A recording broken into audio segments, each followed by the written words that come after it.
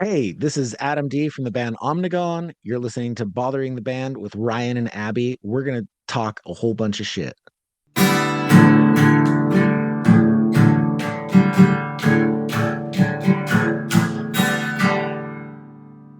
Let's go. Oh goodness. Adam, how you doing, man? I'm good. I woke up about 2 hours ago, made my kids breakfast, started cleaning up around the house, and now I'm here. You just had a kid's birthday party, right? Dude, I've been going nonstop since July 2nd. It's currently July 8th. So we had sleepover with s'mores and pizza. Then woke up at 6:45, made these monsters breakfast, pancakes and waffles. Then it was actual birthday for my son. So then we did crab boil, had people over for that. Then it was 4th of July. So we went to the parade, came back here, had about 40 people over for a barbecue in our backyard. Then the next day, got a tattoo and then had people over to eat the leftovers. Then Aaron from In Defense of Ska and I, for the last 2 days, have been at the Mosswood Meltdown all day, interviewing people, asking them if they think ska would fit at this garage rock festival. Overwhelmingly, people said yes. I love that. Wow. That's that's a lot to digest. Um, I want to first of all, I want to party with you guys. I want to go to like a cool like everyone barbecue, like 40 people. I don't even know 40 people. I think the funniest thing about that is the weird mix of people that it is, because it's Yeah. like people I know from like the weird art cult that I belonged to, and people that my wife knows from college, and friends that we've had that we've been barbecuing with since for the last 15 years that are just like weirdos, and people that we met at the gym, and neighborhood families that the weirdest part about the neighborhood families is that some of them went to high school with some of our friends that we used to barbecue with. So like that was the first time those people's paths were crossing in like 20 years. Wow. It was cool. Yeah. That does sound cool. I mean, I was saying this to someone recently. I miss those like just show up every like all different tribes are there, parties or like a bar where, like after work, everyone would go to the bar and you just knew different people and you were forced to mingle with like people of different, social status and economic and all that shit. I miss that like forced interaction. I think it was a very similar vibe going to Mosswood Meltdown, which is a festival that I had only attended last year because La Tigre was playing, and my wife is a huge La Tigre fan. And Gravy Train was playing, and I like Gravy Train. They didn't, um, they didn't play very well though. But but it's like this weird garage rock festival.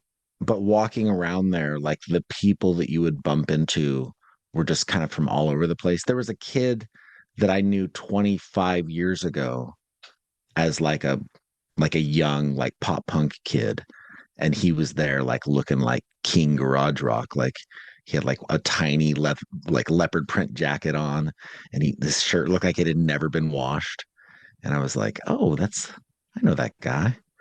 So I went over and said hi. I would like to jump in and Yeah. say that this festival is hosted by John Waters. Yes, it is. Yeah. That's He's great. insanity. I love Yeah. it. B-52s were the headliner. And they have Big Frida this year too. Big Frida was probably my favorite set of the whole show. Big Oh, Frida owned. fantastic. And it was like usually like during a set, there's maybe a lull at some point where you're like, you check your phone, you like talk to a friend, maybe you go walk around the festival a little bit. Big Frida, I was locked in for that whole set. And it was just like nonstop 30-minute bangers. And then just like, all right, see you later. We're going back to New Orleans. And I was like, amazing. Hats off to Big Frida. So awesome. Wow, this is such a small world. We have someone like we're gonna work with someone coming up that does another like John Waters summer camp thing. It's a yeah, it's like a management PR firm called House of Parnes. And when they approached us, I was like, "Hey, man, can I work that John Waters camp?" And they were like, "Well, no media." And I was like, "No, no, no. I don't. I think you misunderstood. I want to just be an employee. Like I want to just be a janitor and hang out." Yeah. I mean, there was also a thing for media at Mosswood Meltdown where they said B-52s and John Waters are not doing interviews. But all I really wanted was just to I was hoping that I would just run into him randomly and I could just go, "Hey, John, do you like ska?" That's all I wanted. And he could go, yeah or no, or he could launch into a long story. Jello Biafra was there too. Oh, what? He was standing about 8 feet in front of me during Pure Hell, and he got bumped by some kids moshing. And I don't know if you know, but like Jello got jumped at 924 Gilman like in the late 90s, and like got his leg broken by a bunch of like angry punks. So I think Jello's a little camera shot or like a little gun shy of mosh pits. Yeah.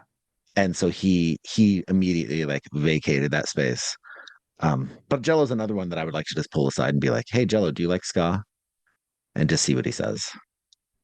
It doesn't matter to me if he loves it or hates it. Like I just like hearing people's impression of the genre. Yeah. I think I'm gonna start doing the same thing if that's okay on my end and just ask Sure. people. It'll be a lot of suburban dads. Yeah, that's Um, fine.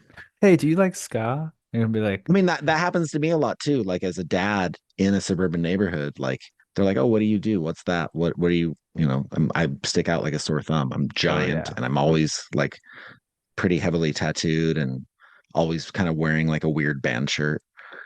And people always, it comes up like, "Oh yeah, I play in a ska band.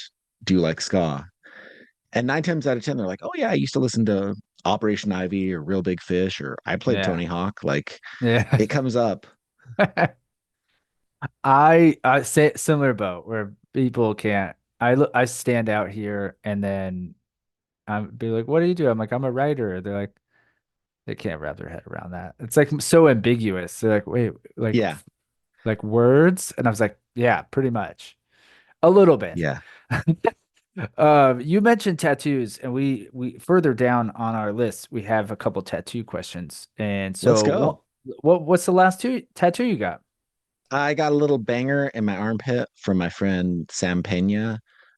It's a little like kind of Cuphead, old cartoony style coffin with arms and legs, and it's carrying a shovel.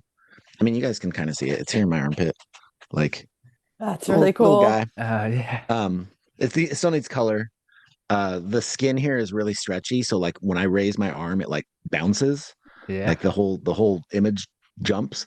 And so Sam was having to have me like have my hand all the way over my head to like stretch the skin tight so that they could really get the ink in there. And then it was taking way longer. And they needed to get to Santa Cruz. I was supposed to get to band practice, and so we're like, we'll just do a color another day. But this spot was not bad for a tattoo. I was really surprised. Yeah, I I thought would right on the assume that would ribs be there was gonna gnarly. suck. Yeah. I just got my stomach done too, and that was kind of gnarly, but it still wasn't as bad as people make it out to be. Yeah, I have my belly a bunch on my belly and yeah, it's I guess it depends because mine was not fun. Yeah, midline and like closer to the ribs was bad, but like more down on the flesh was not so bad Yeah. as far as my how I felt about it. So might I suggest a like stop motion single scene of the coffin like jumping to one of your songs, Yeah, where you could just kind of move your arm and then animate it like it's just like doing yeah. its thing and then put an The Omnigone. funny thing is, I got it in this armpit, so it would peek out of the whole, like, because Mhm. I cut the sleeves off all my shirts, and so it kind of peeks out. And I pretty much 90% of the time have the mic in my right hand, so I wanted it to like peek out like during shows. Like, Yeah. hi. Cool. What was your first tattoo? My first tattoo, I got nautical stars on my collarbone. As one I was does. 23. Yeah. My friend Jesse from a band called the Decepticons was a tattoo apprentice at the time. So he put them on me and my girlfriend at the time, Liz, who played drums in a band called Lucky Strike. So Liz got hers first, then I got mine. Then I immediately went and played a packed show at a venue in Sacramento called Capitol Garage that was like a sweat box. And I'm pretty sure that didn't help the healing of the tattoos. They were super blown out and looked like garbage. And I tried to have somebody fix them at one point. They still looked bad. So I just lived with them for years. And then more recently, I got uh, this great illustrator, Caitlin Hackett, who just became a tattoo artist, did giant crows over the top of them.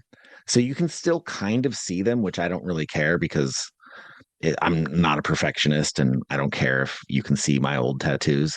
I just wanted something that kind of covered and distracted away from them because they looked gnarly. Do you have any ska tattoos? Like, Do I have any ska tattoos? Yes, I have a Bad Time Records tattoo that I got oh, during the nice. Bad Time Records tour when we had a stop in Salt Lake City. There's a really cool venue called the Beehive.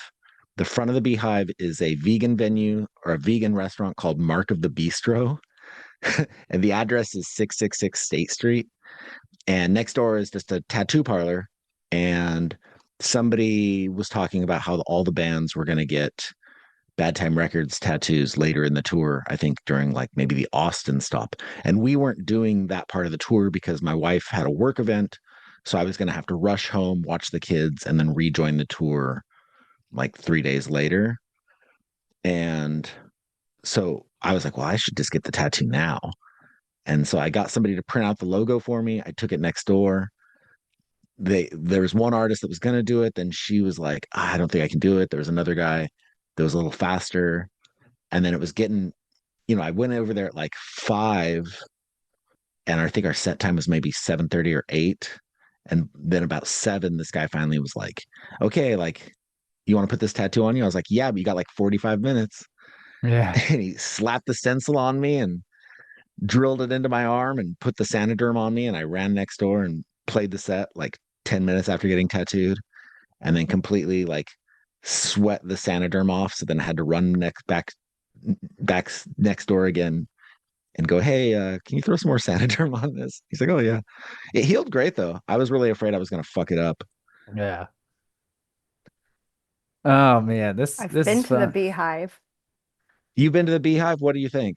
I like having a beer at a Mm-hmm. show, so I Mm-hmm. didn't love that. Of course, Yeah, it's a sober venue, Ryan. yeah, there's everybody that works there's like straight edge and sober and they're all part of that. Yeah, they're all part of that. Well, they're all part of that like really gnarly Salt Lake City straight edge scene, which I think has kind of mellowed. But in the late 90s was like super violent. Yeah, that it has mellowed quite a bit. I had fun though. I don't remember who I saw. I feel like it was just like a local band. Okay. I love when it's like, oh yeah, no beer, but we'll fight you so hard. I You remember know? we like so my old band Link 80 was leaving Salt Lake City on tour once and we stopped at like a gas station. We're getting, sodies and chips and whatever. And some cops came in and spotted our trumpet player's leg tattoo, which was like 3 big X's. And was like, oh, cool. Like you guys are a band. Like, hey, can I take a picture of your tattoo? And then we realized later they were taking a picture of it, like in case they needed to like link it to any violent crime. And we're like, oh, that's shitty. The Mark of the Bistro does have one of our giant ska now more than ever flags up Oh, in nice. their venue. So love that spot. Big fan. All right, let's get to some really dumb questions here. Let's go. What's your favorite Lindsay Lohan film? Favorite Lindsay Lohan film? I mean, I guess Mean Girls. She's in that, right? Mean Girls is great. Okay, so there are no wrong answers on Bothering the Band. However, that is the Yeah, correct answer. sure. We would have accepted any film from that like late 90s, early 2000s run, where she had some bangers, as the kids would say. Mean Girls, Freaky Friday was great. Freaky Friday would have been my second choice because it has Jamie Lee Curtis in it. I recently watched Confessions of a Teenage Drama Queen. I'm sure you're a big fan of that film. I've never Um, seen that one. I just watched that with my daughter, and I'm like, this is like one of those movies where like this ain't bad. She had that charisma. We're like, she good. I know why she was hired to do this shit. Mm, You know. hmm. We also think it's real funny to ask these type of questions to the big, burly, tattooed ska man. Sure. Well, Yeah. speaking of Freaky Friday, you know there's going to be another one I next year, know, I know. They're No. remaking it. starring Oh Lindsay man, The Lohan part and two. Jamie Lee. They're coming back, both of them. that's amazing. I love a good body switch film. I'm all for it, Kirk I'm Cameron. always impressed when an actor's able to actually like that show Orphan Black. Uh, Like the lead actress on that did such a great job of just like being a different character every time they were a different version of their clone. And I was like, that's really impressive. yeah, it's really impressive when Lindsay Lohan is Jamie Lee Curtis. Yeah. Um, best body swap would be what's the best body swap movie? I have an answer for this. I want to know what Oh your answer is. man. That's why I'm asking. I would go with um Vice Versa with Fred Savage and Judge Reinhold. Okay. I'll go with Face Off. I saw Ooh. that in the drive-in at the drive-in. That movie doesn't need to be seen in the drive-in, but I saw it there. I like Face Off. That's a good one. Would you consider The Fly to be a body swap or more of a body It's body takeover? horror. That's body Yeah, body horror. horror. Okay. Apparently, I was at summer camp this year with a man named Mike who the scene where Jeff Goldblum's ear falls off, he Hmm. sculpted that ear and created that effect, and it's actually Mike's ear that Whoa. was what was based on the sculpt. So shout out Mike. He was a nice guy. I like where you That's guys are cool. going though with that because I was going like just silly because Yeah. there's a few like dad ones. There's like Father Like Son with Kirk Cameron and Dudley Moore, but Hmm. it maybe there's the Switch or whatever with Jason Bateman and Ryan Reynolds. Hmm. I'm sure we're missing Face Off is you know up there, but I'm sure we're missing some. Call in if you know. Lines are open. Best body horror movie though. What's that? The Oh, Fly. I'd Sounds go like with good. Tetsuo the Iron Man. I don't know this. What's It's this? like a weird black and white Japanese kind of like horror art film thing. Yeah. It's all shot in like it feels like stop motion almost. Maybe it is stop motion, but it's just like a lot of like these just really insane violent shots of just like flashing images. I'd probably go Human Centipede 2. Oh, I'm scared. yeah. You know what's funny? The original Human Centipede is actually not a bad movie. No, not at all. It's And disgusting, but I mean, sure, like it's supposed to be. honestly, Walrus or not Walrus, Tusk, the Oh yeah, Kevin Smith Tusk. film is pretty good. It's real out there, but Yeah. What about The Faculty? Is that like that's the one with Yeah, that's the Josh one where all the Hartnett? yeah. the I don't teachers, remember alien and habit. I don't remember much about that one. It's kind of an invasions of the body snatchers sort of thing, isn't it? Yeah. Yeah. Yeah, definitely. All right. Jordana But Brewster, whom I love forever because I'm a big fan of the Fast movies. Don't worry about it. Carry on. no, it's fine. Which what's the best fast movie? I mean, the original because it is the original and it What brought it about all Tokyo to Drift us. though? But that was going to be number two because it's so underrated. It's Well, it has the horrible. romantic scene where they're But with doing they're like like the drifting down the hill yeah, together and they're like having a yeah, deep conversation. yeah. Yep. Gentle Hmm. gentle lady drifting as we like to call it. Exactly. That's exactly what that is. gentle lady drifting. Write that down. That's the pull Write it quote. down. That is the pull quote. Timestamp 225. Eastern Standard Time. Adam, do you have a rude boy fit that you bust out on occasion? Hell no. I'm No? way too big for that shit. Like, I mean, I have a nice suit, but I wouldn't ever wear it for a show. It would get wrecked. And Link 80 used to Halloween try or to do suits for like, we're like just trying different stuff. We'd be like, oh, let's wear suits for a show. And then I'd get it like a secondhand suit and it like wouldn't fit. And I'd like completely tear open the back of the suit. And then it would just get discussed. The thing also is suits, like if you're playing shows and like going full on and you don't have access to like laundry, those suits become like toxic, like dangerous items within like two shows. So we did a tour in the UK with this band, the Chinkies, which is Mike Parks, one of Mike Parks' yeah. bands, and they wore suits every show. Um, but like the suits started to make them like ill during the tour because they were like full of like disgusting funk, like mold and shit.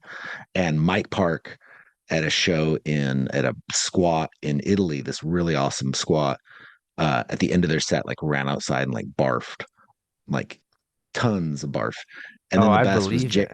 Jerry Lundquist, the trombone player for ME330, walked over and a couple pints in, and he reaches down and grabs a piece and eats it and goes, Oh, "Oh yeah, that's Mike." oh man. That's a fun moment. Fun moment. So yeah, no, my head's too big to wear like cool hats. Like I wear like a size 8.5 baseball Oh cap, wow. Yeah. so I can't really rock anything except for a beanie. Yeah. Like I don't know. I'm just big. I have a suit, but it's like for special occasions, not for skanking. I know the suit, like I know it's real because like I'll wear a suit to like a wedding Yeah, and then I'll just hang it back up. I'll wash the shirt, whatever's underneath. I won't yeah, wash the yeah. suit, and like the next year or whatever, I'll be like, this is a little funky. Oh, funky. We'll give it another Yeah. year, and then I'll forget about it. And then the next year, and the next year, it's like, oh yeah, because I danced in this, and then just stuck it back in a musty Florida Oh closet. yeah. I have a good dry cleaner about like a mile away. That's a drive-through dry cleaner. So Oh, the pants get a lot of love. yeah, Like probably every other time I wear the pants, they get washed. Otherwise, they would just like stink like balls. and butts. Yeah, and butts. They're so close together. It's kind of a similar smell. Okay, you mentioned your shirts and your sleeves. Do you cut the sleeves off your tees right away, or do you wear them a few and then cut them off? Right away. But the problem is that, I'll get shirts or people will give me shirts, and then I'll just have a stack of shirts that I don't want to wear because I haven't cut the sleeves off of. And I also don't want to ruin them while I'm cutting the sleeves off them. So it has to like, I have to take my time. So I have like a like cutting mat and like a radial cutter, Oh so that yeah, I cool. can like really like lay the shirt out and cut the sleeves off because I've fucked up shirts before, and that's a bummer when you get like a cool shirt and then you go to like take the sleeves off of it and You fuck it you up. like cut a hole in the wrong spot. Yeah, I've done that before. I did that with this awesome Bob Dylan shirt. Yeah. Do you sit down to put your boots on? Do I sit? I think I would have to. My feet are Yeah, I wear a size 13 shoe. I should probably wear a size 14, but I've like fucked my feet up so badly that they probably just fit into a 13. Um and like getting these boats into some like boots especially, I would definitely like because I don't wear cowboy boots. I wear combat boots if I'm wearing yeah, boots. So I really have to like unlace them and then like cram them in and then lace them back up. So yeah, sit down. yeah. And do you put is it sock sock shoe shoe or sock shoe? Sock, sock, shoe, shoe. Yeah. I'm also a wear shoes inside person, but I have special inside shoes for it. So I'm like Mr. Rogers. I take off the outside shoes, put the inside shoes on.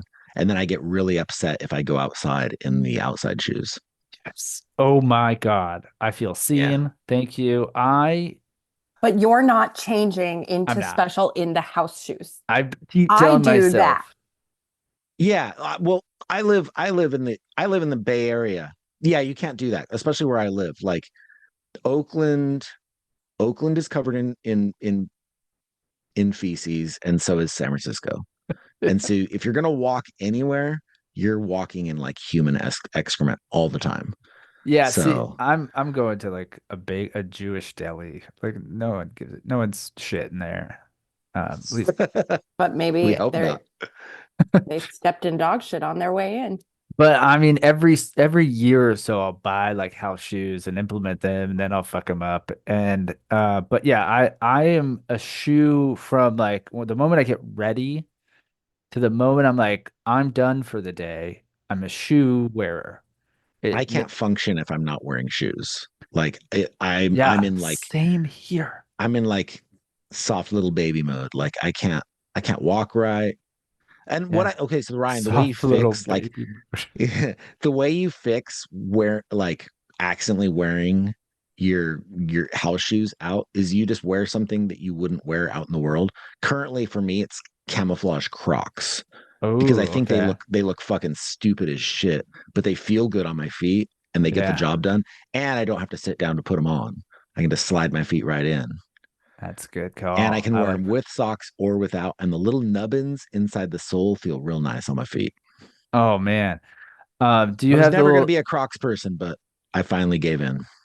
yeah, see, I haven't taken that plunge, but I hear the logic of what you're spitting here.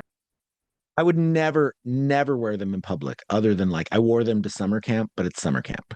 So it's like you do Yeah. that there. Yeah, it's fine. Man, there's so much to unpack here. One, do you have the little giblets on your Crocs? Hell no. My kids do, Yeah, the kids but do, of course. I like that's like one of those things that looks like idiocracy to me. You know Yes, that Because it thank Crocs you. were in did. idiocracy, right? We do. They were the idiot Yeah. shoes. They were the idiot shoes and they look like fucking idiot shoes. And putting giblets on them looks fucking psychotic. I also hate that they're But called giblets. That's They're called, well, stupid. yeah, technically they're called yeah. gibbets, but That's still stupid. Gibbets. I say giblets because it annoys my daughter who has them. I say, "Oh, we gotta get them giblets," and I usually do it in a Sh southern accent. And yeah. Shout out to the band Flying Raccoon Suit. They actually sell as a merch item Flying Raccoon Suit gibbet. oh man, I'll have to get one of those. I have convinced her to put like cool ones on. She has like a Yankees and an Orlando Magic, which I like, and then she's like in the musical theater, so she has like a Broadway one. So yeah, it's a little representative of her unique Yeah. personality. I mean, some of them I think look cool on their own. Like I got my son a set of Dungeons and Dragons Oh, ones, nice. my older son, but so my younger son has them on his Crocs. My older son is like, yeah, no, like I like these, but I'm not going to put them on my shoes, which Yeah, I think is, he's at least having some level of like, control, yeah, and croc discretion. Disc- Croc discretion, which That's is the name actually of the it. name of my new hardcore band. You took it right out of my mouth. There you go. Oh, we're having fun here. Okay. Do you and Aaron? Oh, wait. Do you have any fun Aaron stories? Um, yeah, Aaron and I were in a band called the Fashion Police, Oh, and yeah. we played a show. We only played probably like a dozen shows, but all of our shows were super insane, and we were just an insane band. And Aaron is a phenomenal drummer. Nobody knows this because he never practices and he never plays anymore, but he's an awesome drummer. So he played drums in a band called Flat Planet that was really super good. They're kind of like the main topic in defensive ska whenever it gets personal. Uh, Anyhow, he wanted to start a new band and he was like, yeah, we're going to do this band called the Fashion Police. And it's going to be me and this other guy, Bruce Landry, who was like this shredder bass player. And I was like, oh, I want to be in this band. Like, so I went to band practice and Aaron was not the drummer. Aaron was the singer and also was playing like keyboard sometimes. And then Bruce was not the bass player. He was the drummer. And then we kind of never had a bass player. We were like Spinal Tap with the exploding drummer, but like with the exploding bass player. So we would like play shows sometimes without the bass player. Um, Anyhow, we played a show on Valentine's Day. I dragged my poor girlfriend at the time to this show, and I can see her in the background of the video that I've seen of this show, and she looks so bummed. And I'm just like, man, like worst boyfriend ever, basically. And so Aaron decided to play the show as a hippie woman. So he had like a shawl on and like scarves, and he was like dancing and twirling like he was the girl from Fleetwood Mac. And then this kid who was in one of the other bands was like basically he could see through that we were all just like kind of just being psycho and weird, and he was like basically telling us we sucked and like to get off the stage or whatever, some 16-year-old kid. And then so Aaron just singles him out and is like, you hug me right now, don't look away, don't walk out, look at me right now, hug me. And he just like force this kid to come over and give him a hug. But he's like screaming. We were in like a teen center, and he's just like dressed as a hippie woman screaming, fucking hug me, fucking hug me. And that's my Aaron Carnes story. Oh man, I'm getting the like fun sour pains here from smiling. It's so good. I read the story about how you and Aaron supposedly maybe met at a Cure show. Yeah, 1992, July 4th, 1992. Cure at Spartan Stadium with the Cranes and Dinosaur Jr. Between What the a Crane set. fucking show, Yeah, man.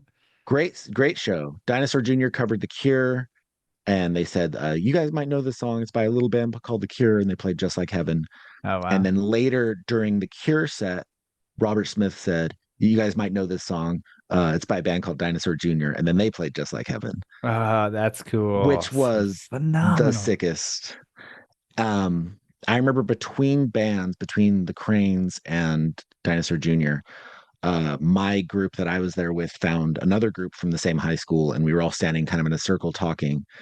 And I see this guy standing across the pit from me. And this is kind of when like moshing was like new to me because it's like 1992 and Yeah, I'm like a yeah. little kid. And I just see this dude across the pit from me, like, and he just looks like he has like the worst shiner ever. Ah, Like, because Aaron has a big birthmark on his face. yeah. And I was just like, whoa, that guy got popped. Like, and he just, and he's not, I thought was like, also just like, wow, he doesn't care at all. Like, he's not like holding ice to it or anything. He's just like standing there. That was my first time meeting Aaron. That's He pretty he has rad. no he has no recollection of meeting me though. Did you guys link up at the show though and like chit chat, I or don't think you we just chatted. saw We him? were just in the same group of Yeah. friends. So it Yeah. was like my group of friends was there, his group of friends was there. We had mutual friends, and we all just kind of stood in a circle between bands and were talking. Yeah. So Man. we didn't like engage. We weren't like, "Hey, do you like ska?" But then it was a couple of years later where like he started Flat Planet, and they played a show with the Deftones Oh wow. uh, at this little tiny place, and Aaron's band was bad. They sounded like adult contemporary rock. Like their shit was like Rush, like, and there was this other band called Jigsaw that played, and those dudes were probably like in their late 20s, but they may as well have been like 50. Like Oh when I yeah. think about them now, they feel like they're still older than I am now. Yep. Like they looked terrible. And so that band played too, and it was it was like Aaron's band that got that band on the show. And so I was always kind of like, yeah, I know these guys. These are like the older classmen, but this really isn't the type of music I'm into. Like it's kind of goofy and not heavy or not fast. It's just this like blues dad shit, Yeah. blues lawyer. And then a few years later, uh, well then their singer was at a party with me once and was like, "Hey, I'm gonna quit Flat Planet. Do you think you'd want to be the singer?" And I was like, "No, not at all. Thank you for asking, but ew, that sounds terrible." And then a little while after that, the little band I was in played like a backyard show, and Flat Planet played it. And at that point, they were like a very Fishbone Skank Pickle influenced ska punk band. So they were playing like fast and like freaking out, and like all of them were kind of dressed crazy. And I was like, oh, Flat Planet's like sick now. Oh, And then there they grew up. Yeah. And then my friend Seth, who was like another punk kid, who also joined Link 80 with me later, he joined on saxophone. So the horn section for Flat Planet was three saxophones, which sounds wild. And they were the funny thing though is they were all like great players and they wrote great parts, but like the concept of three saxophones sounds atrocious. Like just the idea, but they pulled it off. Oh man, I could just listen to like ska party stories for forever because we grew up in Orlando.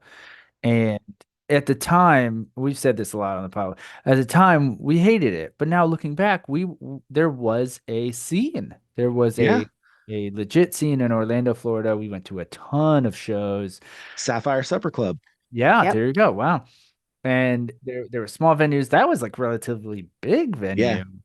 And most of them were all ages, and it's just it was a cool. It was when I and we talked about it on your pod, like when I felt part of something, and it was perfect timing in my life of like 13 years old, and your heart is bigger than your brain type of thing, you know. You're like, I want to be involved in something, and that was like it, and just doesn't matter the specifics of any of these stories. I know those people and I've been in those backyards, you know, like we all Yep. have. Yeah. Where the vocals are going through someone else's guitar amp that's Hmm. there because there's just no PA and everybody's just kind of freaking out. Maybe there's a barrel with like fire in it if it's Yep. after hours. Yeah. And then there's a old skate ramp or something like that. And Yeah. I was you hit on a little bit where like the band was I was like, you know, young. We were Mhm. young and the band we would be like, oh, we know that band. And if it was the reverse and someone at the band doesn't know who we are, you know, we're just like we think Yeah. it's so cool. And they're 21, but in our mind they're like, oh my God, they're so Oh old, you know. yeah. Yeah. Yeah, I remember I was really into this band called 187 Calm from San Jose. They were like this really heavy, kind of dark three-piece.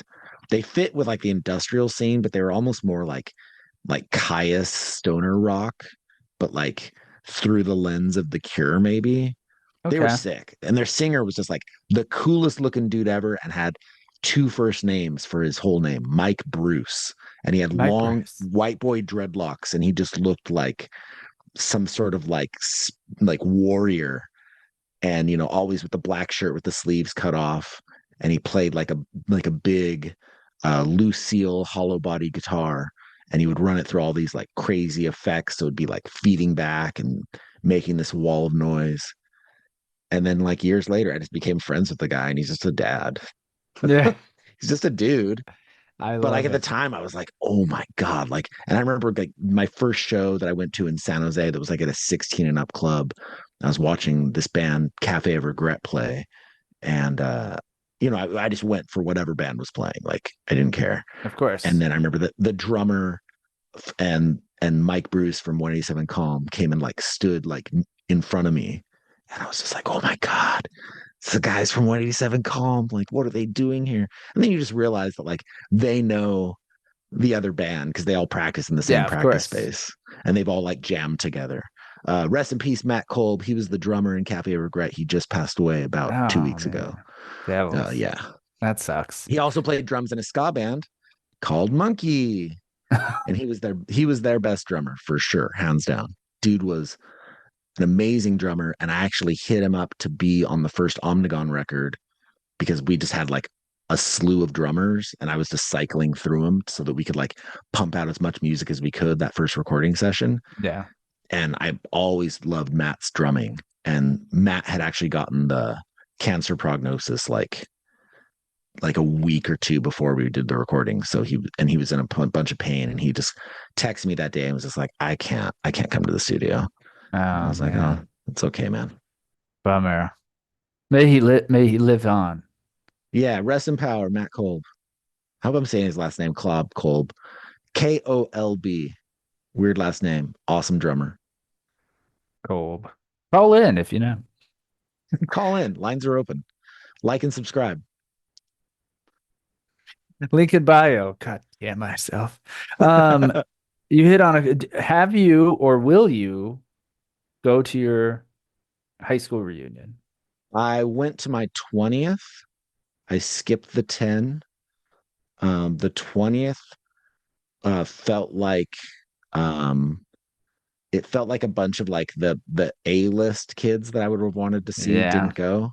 And it was Yeah. mostly B-list, which is kind of rude because my friends that I played music with in high school were there. Blaine and Tim were there. So I feel bad calling they're not B-list for sure.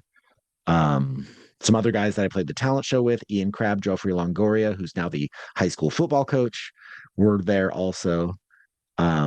It was nice to see those guys. The main problem was it was in this weird hall outside of the town that we grew up in, like right on the outskirts, on like a country club, like golf place. And it was this place with really high ceilings, and the DJ was playing just like 90s high energy, which wasn't what anyone except for like the Latino banger kids listened to. Yeah. And even then, like I'm down with that type of music, but the ceilings were so high that you couldn't even tell which song was being played. It was just It's like getting it was just lost. overblown and just and so everybody's standing outside just talking because everybody wants to just catch up. Yeah. The worst faux pas I made the whole night though is there was this one girl there that I was like, wow, you look exactly the same. Like you look great. And she was like, yeah, except for I had a boob job. And I was like, Uh, oh, I didn't notice that, but okay, good on you. I don't think that's a faux pas. That's like I'm not It just felt staring funny because at. I was like, you look exactly the same. And she's like, no, I don't. I was like, oh, I guess I'm misremembering things. Okay. So we're sticking in childhood here. When you were a kid, did you leave notes for your mom being like, I'm going to Tommy's Yeah, house. I'll see you later. absolutely. Yeah. Where I left the notes on the front of the microwave. Oh, Like that okay. was the spot where you had to leave the post-it note. But That's a then good follow-up. Yeah. Where the did you only put the only them? problem with that though is the sticky stuff doesn't always work. So there were times where you put the note, you go to the friend's house, you come home, you're in trouble. It's because the note slipped off and then went under the microwave. Under. And then you're like, no, I wrote you a note. And then they're like, oh, okay. And then then everything's cool, but then you come home and they're like pissed at you. Why didn't you leave a note? Why don't you You leave a didn't know where note? you were. You could have been dead in a ditch.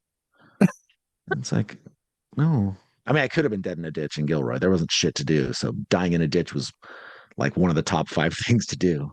Well, this is a perfect follow-up. How did you get your porno as a kid? Oh man. First porn I ever stole.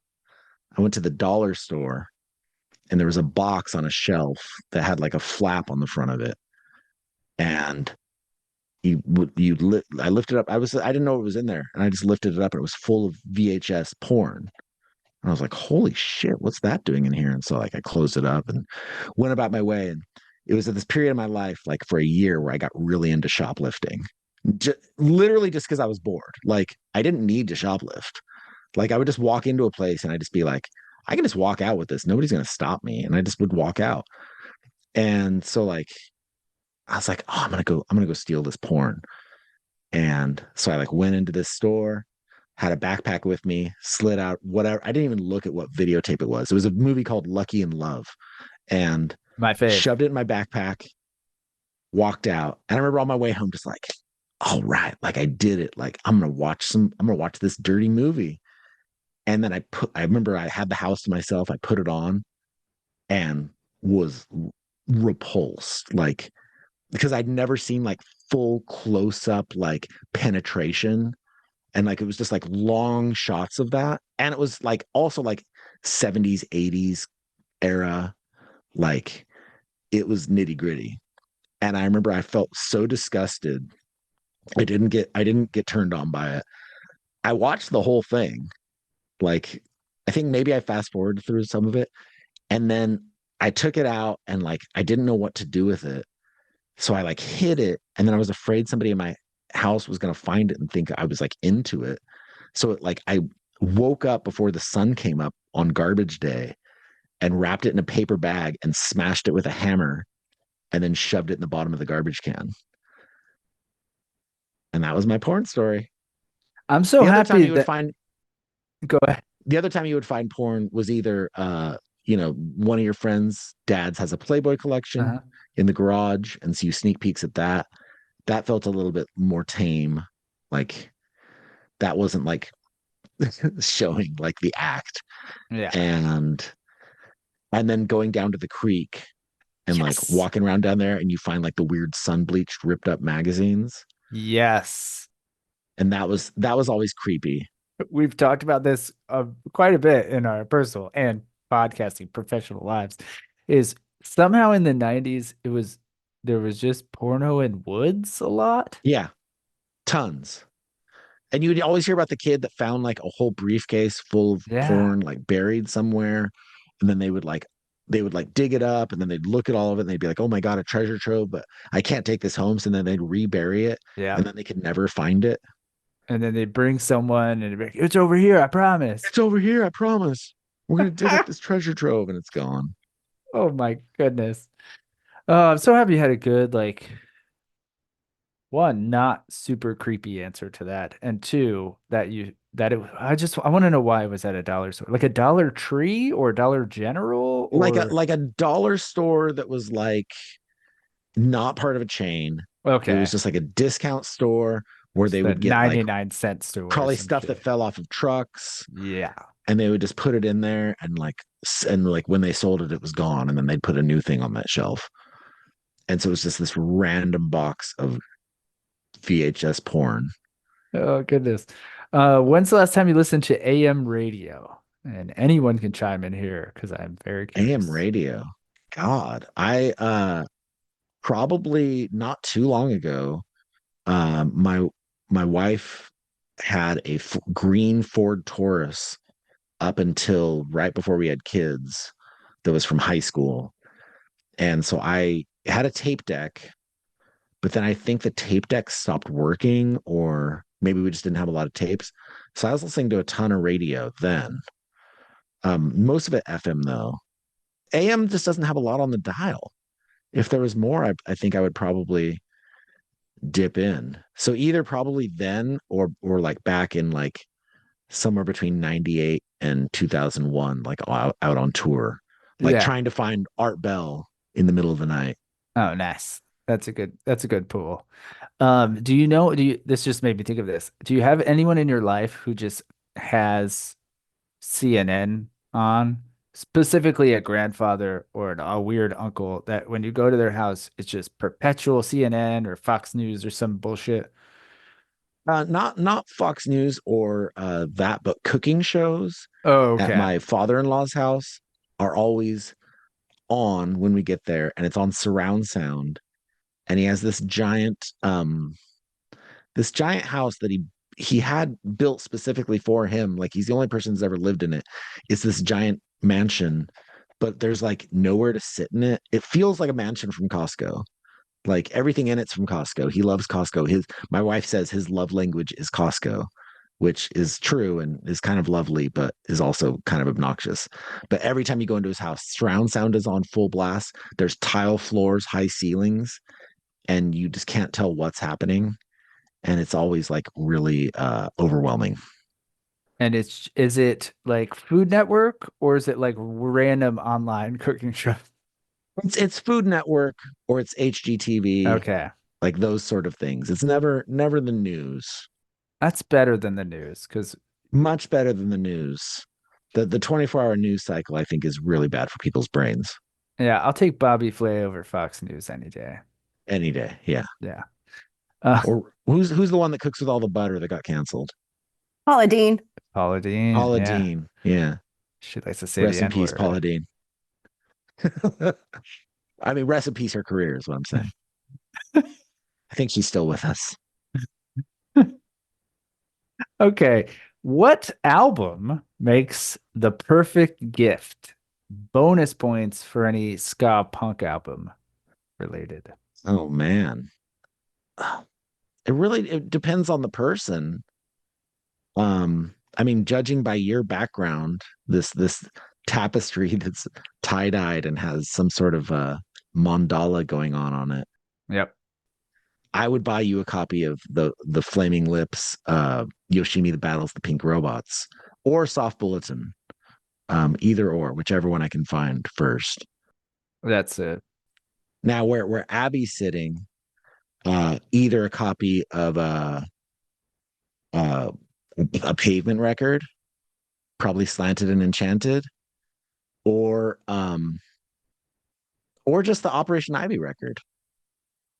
I mean, I always a classic. I've probably bought Operation Ivy Energy more times than I bought any other record. Yeah. Like in just different formats. Like, you buy it as a CD, buy it as vinyl, buy it as a tape, buy it as a tape again, buy it on CD again, buy it digitally, listen to it on Spotify. Like, I think I've consumed that album in lots of different ways. It is. That album has been with me most of my life. Yeah. Um, I have an Operation Ivy tattoo. Good answers. Good. I like your analytical answers too, based on our backgrounds and our environments. Well, then the funny thing too is sometimes it doesn't land right. Like I got my friend Russ Eichler's um a Flaming Lips record, or maybe I told him to buy it. Like it was at like one of those like discount like secondhand stores, and that we were in, and I was like, oh, you should get this, you'll like it. And he was and like asked him later, he's like, I did not like it. It was not for me. And I was like, all right, but he has much different taste than I do. Yeah, that's surprising. Love the Flaming Lips. You hit it on the head. What's the worst Flaming Lips record? Do you have an answer? I don't have an answer off the top of my head. Let me. I have to like look at the. They have a lot. So, and they have some recent ones that are Well, there was one on recent there. one that I remember talking about, and I like loved it. Hmm. I love At War with the Mystics. That's one of my favorites. Hmm. I loved American Head, which was recent 2020. Yep. Um, that's like a something I'd have to like sit with my sit with So my myself. answer, and I feel weird about this because okay, I think the worst album is The Terror Oh yeah. because it's depressing, but Yeah. also because they recorded live versions that they put on YouTube, and the live versions are way better. Yeah. Like something about the recording sounds really compressed and like kind of controlled, and then the way they play those songs in the live setting, and they did a cool like live thing where they performed in like a small space with like a small group of people, and all the people were doing like weird shit while they were playing, like pouring Yeah. pouring gold glitter on each other. Like it was like a whole like happening. But the versions of that on YouTube, that should be the album. Yeah. Sounds way better. I'm gonna have to go back and listen to that So album. that's the Find thing, is and it's like find those and the album compare. the album itself I think is actually fine, but it's like having heard like what it could be, it's like, oh, well, I wish it was that. Yeah, totally. All right. What's next here? Oh, here's a couple as we wrap this up. You're playing Fest this Sure. year, right? Yeah. Mm-hmm. Can we come Playing crash? opposite Streetlight Manifesto. Can we come R.I.P. crash our with you? set. Sure. Yeah. I'm planning on sleeping in a public park. It'll be Yeah? fun. I don't know. I try to do that every year. And then the band vetoes it. Because like I'm like such like a damaged weirdo about paying for a place to stay that like I'm just like, I'll take a sleeping bag and sleep in the public park. And they're like, please don't do that. So I'm we end right up there with getting you. some kind of budget ass hotel. And then Barry and I are so damaged from like years of like touring like rats and like sleeping in like really gnarly places that we're just like, oh, this is so nice. Like Yeah. there's towels, there's little bars of soap. Everybody's like, yo, this is a sketchy hotel. And we're like, no, this is nice. 5 stars. Yeah, 5 stars. Man, they got bulletproof glass in the lobby. This is amazing. I love it. Dude, that lineup of the Fest this year is super sick. We know quite a few people, and then I saw you guys on. I was like, maybe, and I'm in the same boat where I was like, how can I weasel my way into just crashing with a pal and Abigail here is like, I'm a woman. I'm not So doing that. You're a here's what you're gonna psycho. do, and we're gonna keep this secret. Don't, if Okay. anybody's listening to this, don't bust Ryan and Abby out right here.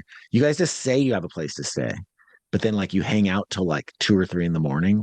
It's like, oh yeah, we have a hotel, but it's all the way across town. You mind if we just sleep on the floor here? And then people will be like, oh yeah, sure, because you're already hanging. Like Yeah. I totally could have done that first year. I was with Catbite until 6:30 in the morning, just like hanging out in their hotel. And I guarantee I could have just been like, is it okay if I just sleep on the floor? They would have been like, hell yeah, go for it. You're like, I'm here till breakfast. Okay, guys. So, Well, and the best thing too, where do you guys live again? she's in Central Florida. I'm in South Florida. Okay, so you guys can't do this because you're already in the right time zone for it. Yeah. But I just stay on West Coast time when I get there so that like at 2 in the morning, it's just, it's 11 o'clock to me. And Yeah. I'm like, cool, I'm ready to go. And then I just sleep until what, like 9 or 10. And then my body just wakes me up because it's, basically 7 o'clock at home. And that's when my body wakes me up normally. Yeah. And then I'm shower and I'm ready for the day. I go see the first band and I feel like a superhuman. Like everybody else is getting tired, and I'm just like, not me. Yeah. Old as hell, and I'm ready to rock. Let's go mosh. Let's give me some coffee and time to mosh. What are you excited to see? Um, well, who's there? Warriors is a band we like Hmm. and know. Yep. Obviously, Hot Water Music and shit like that. Yeah. Streetlight, you guys. I mean, Yeah. So Streetlight's playing twice. I'd like to say for everybody, yeah. we're playing during their second set on Saturday. Please come see us because our set absolutely overlaps with the second Streetlight set, which is like, well, rest in peace, our ska band. Ted I'm looking. Leo will be there too. Ted Leo, that's Hey, right. Ted Leo, big fan of ska. Ted Good dude. Leo.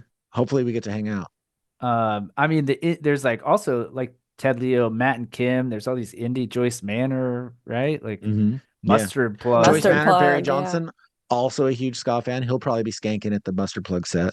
Oh, fuck Loves yeah, Mustard dude. Plug. I think that's one of the coolest things is just like all the random band folk from all different genres all over the place, all kind of vibing on each other's stuff. Oh Last yeah. year, so I'm wearing a School Drugs shirt right now, representing for the New Jersey homies that played the last 2 years. They're not playing this year, but last year we surprised Josh, their singer. We asked, I was like, Josh, come up on stage and sing this Omnigone song with us, the song Burn It Down. But then instead of doing Burn It Down, we just played Modern Medicine, which is a School Drugs song. And so, like, he heard the song start, and just the look on his face when he realized he got punked and we were going to play one of his songs, it was amazing. And then the bass player from Gel, who I think was in School Drugs at one point, was in the audience and came over and bought a shirt later and was like, hell yeah, that was sick. I have to point out that Adam is wearing a School Drug shirt, complete with the Yeah. sleeves cut off here. Um, Yep. and Adam, we end every episode with a song from our guests, and Oh, okay. you have a new album coming out. Tell We one, do. what song should we end the episode with? Why? And then tell us about the new album. Let's end it with the single off the first single, Quicksand, off the new album. It's the first song on the album. Uh, it sounds like it sounds to me like if Sick of It All was playing a ska song. Um, It's good. which I love Sick of It All. So anytime we can kind of rip off their style, their awesome New York hardcore style, I'm down Yeah. and try to put our crummy West Coast spin on it. Please don't beat us up. And then the new album is called Feral. Yes, that comes out July 26th. We'll be in London playing the Level Up Fest with Till I'm Bones, Operation Ibis from Australia, and Sonic Boom Six, who are old friends. I slept under Barney's desk once on tour, and it was some of the best sleep I ever got. Oh man, don't you love that? I love a good crash. You're like, what's the best sleep? Is it like this fancy mattress? You're like, no, it's under a desk. Some of the best sleep I've had was on after shows in the UK, just sleeping in somebody's like weird closet or something. Yeah. Oh man, that's so fun. And are you guys touring anywhere in the States after that? We're just doing a couple one-off shows. We're doing an album release show at Gilman on Oh, September nice. 2nd with Hey Smith from Japan, the Voodoo Glow Skulls, and the Hellas from the East Bay. Wow, cool. That'll be good. Wow. And then we have a run in November with Catbite, Against All Authority, and the Suicide Machines. So that'll be Berkeley, Pomona, Mesa, Arizona, and San Diego. Oh, super rad. I hope you can make it to Florida solo. Well, like, not associated with the Yeah. fest. Well, I mean, it'd be cool to do a run with like, I mean, I love Against All Authority, and like we've become like fast friends since they reunited. And we had them on In Defense of Ska. I'd never spoken to them back in the day because I always thought they hated Link 80 because we would book a show with them and then they just wouldn't show up. And I'd be like, are we getting punked? Like, does this band hate us? Turns out they had this shitty old school bus and it would break down all the time. So they were just missing the shows because their bus was breaking Oh, down. wow. So we had them on in Defense of Ska, and it was like literally like hearing a mutant version, not mutant in like a bad way, but like a different version of Link 80 talking. Like it just sounded like all the guys from my band. And that like made me like really feel warm and fuzzy. Like, Yeah. oh, they're just like us, like, but they're just from the opposite coast. And, Yeah. and I'll say the same thing about Florida, and I mean this in a nice way. I love Florida. Florida is mutant California. And I only mean mutant in Absolutely. the way that like you guys have like weird stuff like giant bugs and like Disney World instead of Disneyland. Like Disney World is so weird and just like the humidity and the It's swampiness. sticky. I was gonna say. And instead of one beach, you guys have beaches on both sides. You have two coasts. Yeah. It's mutant California. That's a fucking brilliant way to. Yeah. People who hate on Florida are fucking fools. Florida's nice. Florida does get a bad rap, and some of it The water is. at the beach is nice. Sea turtles are nice. Oh, yeah, they are. Yeah. And you just have so many quotes. Sea Yeah. turtles. Lots of turtles by my house, and a bunch of them hatched the other day. Oh my God, I would lose my mind. I saw a mama sea turtle on tour once in the middle of the night, like dragging herself back into the water. Yeah. And like that was mind blowing. Yeah. Like I was like, what is that? I was like, is that like a bunch of what's down on the end of the beach? And then I just saw it start moving, and I was like, and I started like running towards it, and I just saw it as it like escaped into the ocean. Hmm. They're so Wow. cool. It's so And then much fun to I watch. dug up the eggs and I ate them. No, I'm I just ate them kidding. for breakfast. That's like I a couldn't even find them if I million wanted dollar to. fine. No, I would never. Oh my God, I'd feel so bad. Sea turtles are not. All right, Adam, if you could bother any musician, live or dead, who would you choose and what would you ask them? However, keep in mind, we're saying bother in the vein of bothering the band. So very dumb questions. Tim Armstrong. Oh, Mostly just I want to hear him do all these answers in his Tim Armstrong voice. The best also we had so you guys had Fred Armisen on, right? yeah. Mhm. We had Fred Armisen on in Defense of Scott, and when he said something about doing a Tim Armstrong impression, and we're like, do the Tim Armstrong impression. He's like, guys, I can't. Like, don't do that to me. He's like, I need to practice it a little bit. But man, I can hear it in my head, Fred Armisen doing a Tim Armstrong impression. Did you ever see the hardcore documentary that Tim did narration for? Is it um i- is it what's the company? It was like a short-lived online company. Noise It might have been something. noisy. Yeah. Noisy. Yeah, yeah, yeah. Yeah.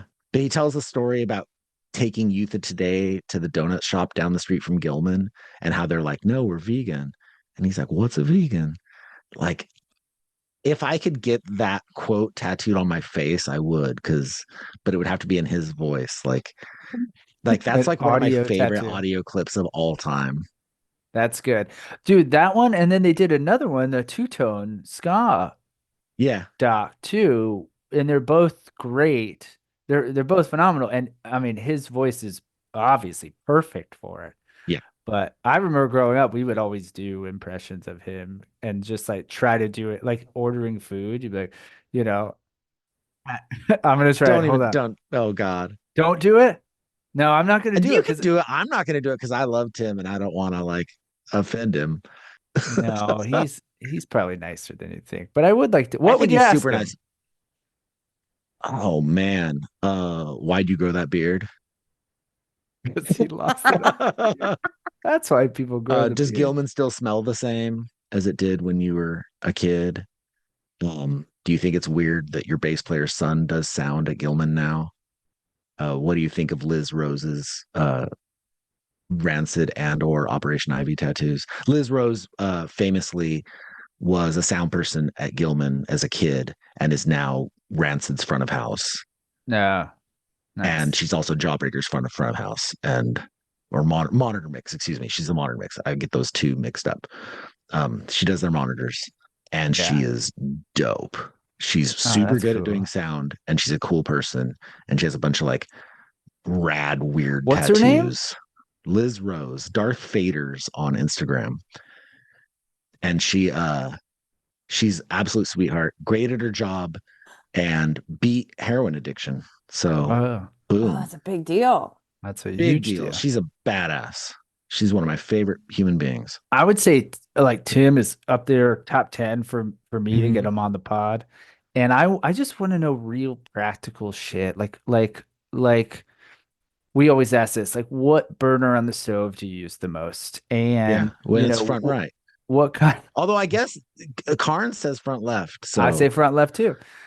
yeah. Front right all I day. think it's dependent on the stove because in a previous Yes. home it was front right, like who fucking knows. And then It depends on also where you're pulling your ingredients from.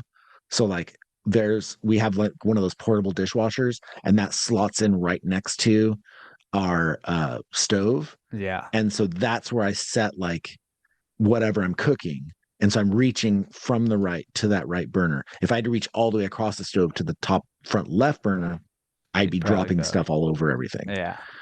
So it's convenience. What's next for you, the band? Anything you want to throw out there? Start working on the next record. We're gonna go in on Nice. Thursday and Friday and start recording new songs. Like the new one's not even out. We're already working on the fourth one. You know what we I agreed? love that. We both agreed that Omnigone is perfect July 4th weekend music. Really? We I were feel like we're both so angry.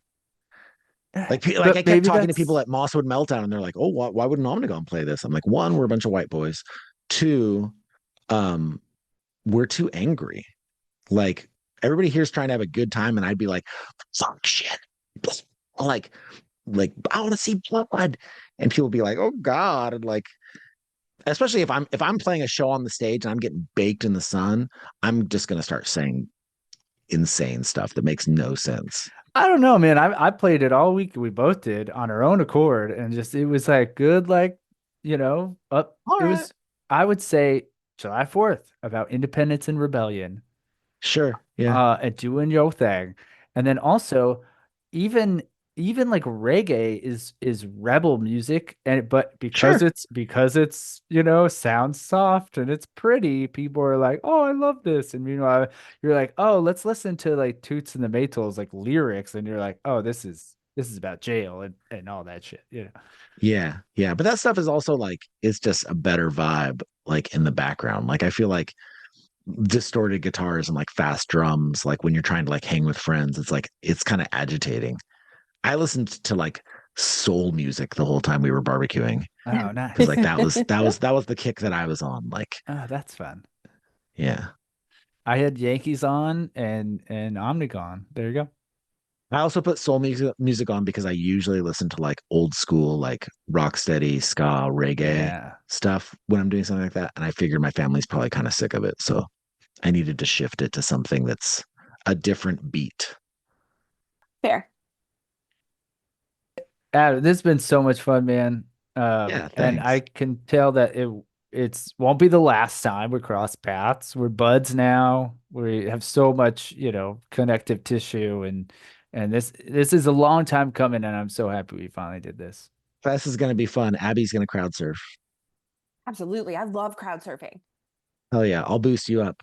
I Yeah. boosted up G from during Gel's set. I boosted G from Susie True. And All there's a right. great picture of her crowd or them like crowd surfing. Great. It was fun. Oh, I can't wait to hear Pharaoh live. Yeah, it'll be fun to play those songs live. I think they're gonna translate well. I think yeah, it'll be good. God, I hope we don't suck. I saw a band play yesterday. I'm not even gonna say who they were, but they obviously did not practice. It was Everclear, right? It was Everclear. But the band was just like it wasn't like cute when garage rock bands like play bad. It was like when you just haven't practiced and you think that you're going to play right, and then everybody plays wrong. And it was like, Yeah, "Ee." you hadn't run through the motions in a while, and then you're like, hey, maybe we should have done this once or twice before Maybe taking the we should have played stage. these songs. Maybe we should have all like been in the same room and gone like 1, 2, 3, 4. Everybody hit the note at the same time. See what that feels like, because that wasn't happening, and it felt bad. And I've been looking forward to it all day. I was listening for you to sing this one ska trope, and I don't, correct me if I'm wrong, I hadn't heard it. Do you ever go like that in any songs? Really, I do a little of the Yeah, like a there little you of go. that thing.